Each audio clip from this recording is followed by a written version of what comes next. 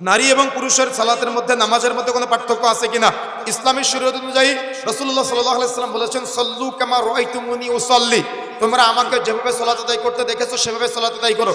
এখানে আল্লাহ রাসূল নারীদের আলাদা পুরুষের আলাদা করে নাই। সুতরাং পুরুষরা যেভাবে সালাত আদায় করে নারীরা একই পদ্ধতিতে সালাত আদায় করবে। পদ্ধতিগত কোনো পার্থক্য নাই নারী পুরুষের সালাতের মধ্যে, আল্লাহ রাসূল করে নাই।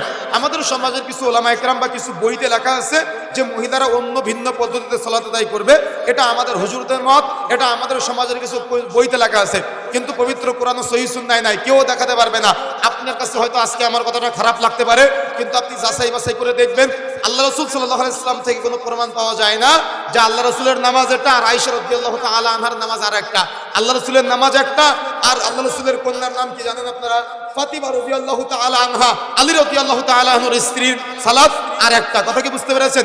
এরকম কোনো বর্ণনা কোরআন সুন্নাহয় পাওয়া যায় না। এগুলো পরবর্তীতে কিছু কিতাবে পাওয়া যায়, কিছু কিছু হুজুররা বলে, কিন্তু এগুলো দলিল কোরআন সুন্নাহয় আমরা পাই নাই। সুতরাং পুরুষরা যে পদ্ধতিতে সালাত আদায় করে নারীরা একই পদ্ধতিতে সালাত আদায় করবে।